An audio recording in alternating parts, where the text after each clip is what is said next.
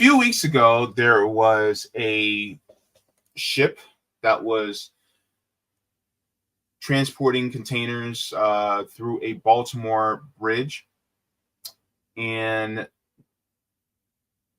the ship collided with the bridge, causing the deaths of people who were driving on the road. This was at night. And one of the things I noticed was that the lights on the ship actually went out before it hit the bridge. It was flicking on and off. So then they missed and hit one of the pillars of the bridge. And that was big news that happened.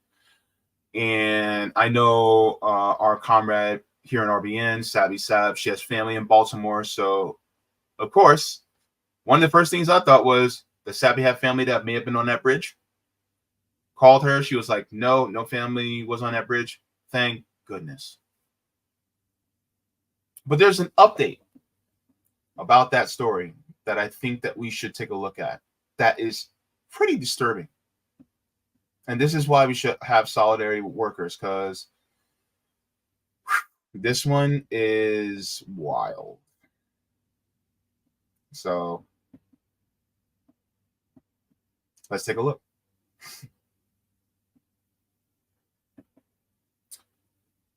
So it says crew trapped on Baltimore ship 7 weeks after bridge collapse. I want to stop right there. You mean to tell me that the crew is still on the ship? What in the hell? Why is the crew still on the ship? 7 weeks? Count them. 1, 2, 3, 4, 5, 6, 7. 7 weeks. Over 2 months on a ship. Hang on.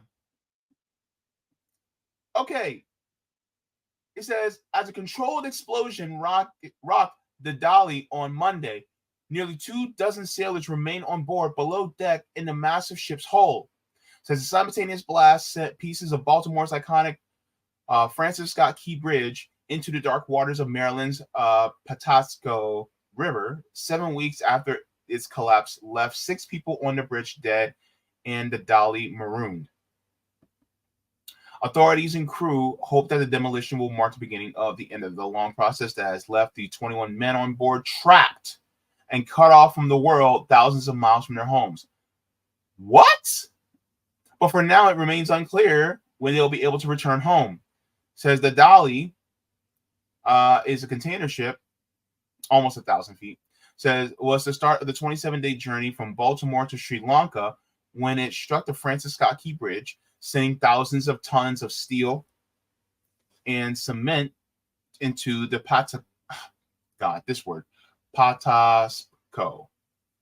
It left the ship stranded under a massive expanse of shredded metal. A preliminary NTSB report found that 2 electrical blackouts disabled equipment ahead of the incident and noted that the ship lost power twice in the 10 hours leading up to the crash. The crew, made up of 20 Indians and a Sri Lankan national, have been unable to disembark because of visa restrictions, a lack of required shore passes, and a parallel ongoing investigations by the National Transportation and Safety Board and FBI. Wait one damn minute. You mean to tell me that these people cannot disembark the ship because they don't have passports? Because they don't have the proper documentation?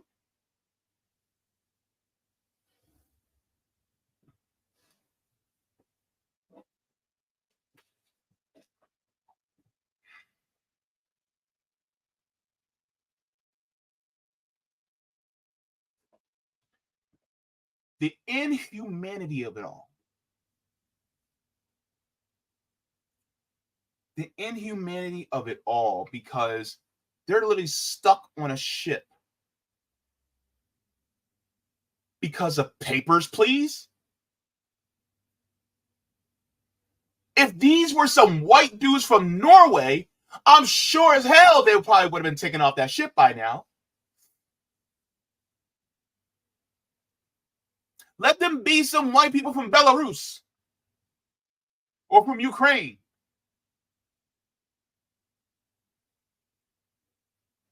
Or from Iceland. Oh, yeah, they would have been taken off the ship, all right. They would have been welcomed. But they brown. Oh, we can't let them out into our population, even though they were in a ship crash. What the hell? It says on Monday, the crew remained on board even as authorities used small explosive charges deliberately cut an expanse of the bridge line the ships below. So you're putting their lives at risk as well just to get the ship out of there, to get that bridge put up, but you're not willing to save the lives of the people who are on board? This is my issue with this system because it cares more about property than it cares about the lives of people.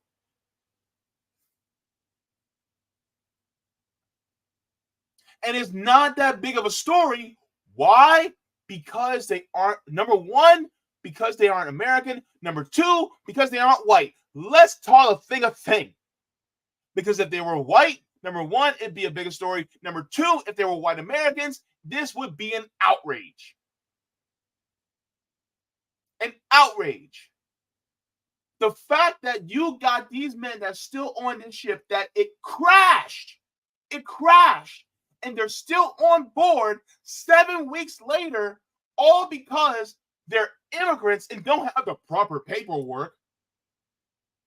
Does that sound humane to you?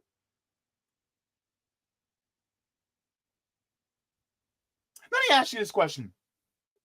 Let's say you're in a car, and the car, you don't have proper papers, and you're traveling, you're coming from Mexico, and you come into Texas.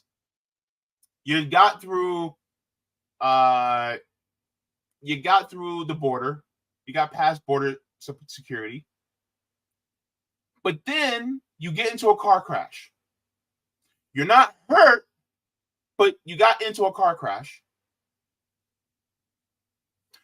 But then the police don't let you out of that car because you're undocumented. You don't need medical attention, so guess what? You stay in that car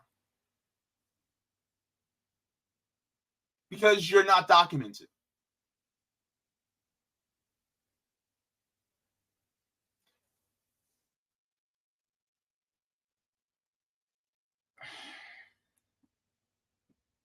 A lot of these people are going to make me have a conniption here on stream. I'm telling you right now.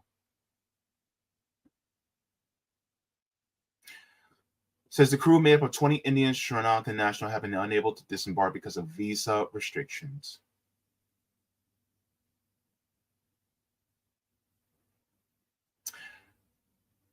This is some BS. It says they are part of the ship. They are necessary to keep the ship's staff and operational.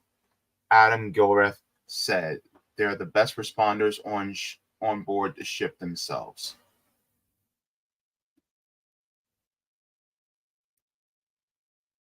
It says while the ship is likely to be refloated this week, it remains unclear when it will be able to make the 2 nautical mile journey to the port. You couldn't at least get them off the ship?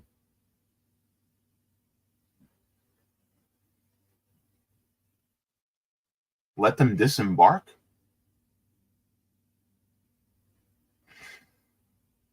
It says among those who have been in touch with the crew is Joshua Messick, Executive Director of Baltimore International Seafarers Center, a nonprofit organization that works to protect the rights of mariners.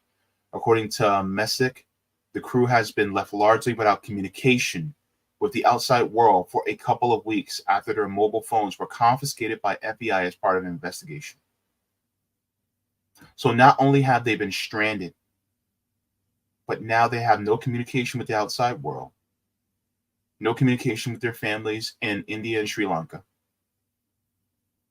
because they're being treated as criminals because their ship crashed.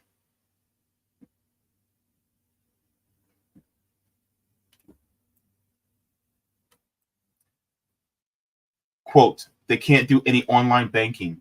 They can't pay their bills at home. They don't have any of their data or anyone's contact information. So they're really isolated right now, end quote. He says further, quote, they just can't reach out to the folks they need to, or even look at pictures of their children before they go to sleep. It's really a sad situation, end quote. The plight of sailors also attracted the attention of two unions representing them, the Singapore Maritime Officers Union and the Singapore Organization of Seamen. In a joint statement on 11th of May, the union said that the morale has understandably dipped, driven by unfounded fear of personal criminal liability and emotional distress. The statement also called for the swift return of the crew's phones, noting that losing communication with family members is causing significant hardship for crew members with young children at home. Daniel Heindel, the president of the Seafarers International Union, said that however long the investigation takes, the crew's rights and welfare should not be infringed upon. We call upon the authorities to be mindful that seafarers utilize mobile devices to conduct personal business for bill payments and, more important, transfer money to their home countries to sustain families. Crew members are becoming demoralized without the basic tools we all take for granted. Andrew Middleton, who runs Apostleship of Sea, a program that ministers to ships coming through Baltimore, told the BBC he visited sailors 2 weeks ago and found them in good spirits despite constant worries.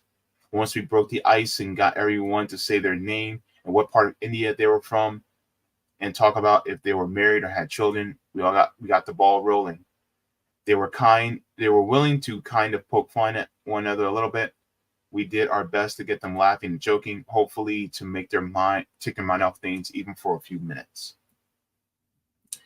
So it says, for the time being, the crew has been given SIM cards and temporary mobile phones without data included.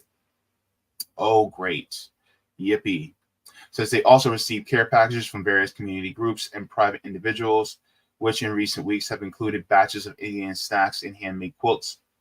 The BBC has reached out to the Unified Command overseeing the government's response to the Dali and the bridge collapse for clarity on when the sailors might be able to leave the ship, eventually be repatriated. Says Daryl Wilson told the BBC that the crew is holding up well and that the company representatives dispatched to Baltimore have been checking on them constantly from day one. Says all their needs are being met to the best of our ability, adding that shipments of catered Indian food have been set aboard to allow the cooks to rest.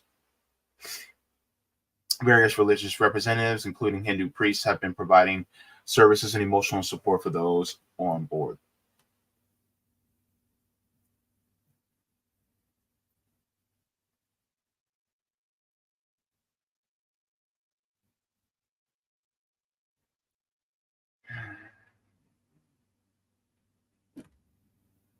Imagine being on a ship that long. Don't you get cabin fever? Don't you go stir crazy? I've never been on a cruise before. I've never been on a really big ship before, so I don't know what it's like. But one thing I can definitely tell you, I would not want to be on the ship for that long. 7 weeks. You got to be kidding me. It's always the workers that get shafted. Always. So that's what's going on with that story. This is why I say talk about worker solidarity.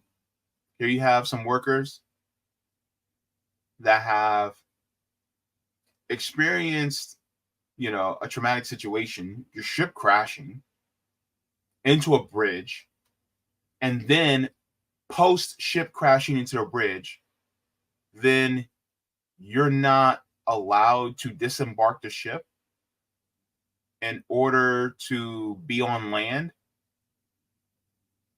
And on top of not being able to disembark off the ship, your communication devices, your means to be able to pay your bills and contact your family are confiscated by our own government. And this is all because you don't have proper visas?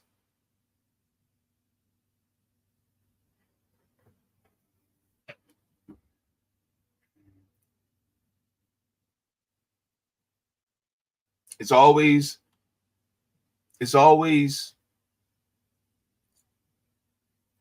openness and freedom for the parasite class. But if you're a worker, they really don't care about you. This is why we need to change things.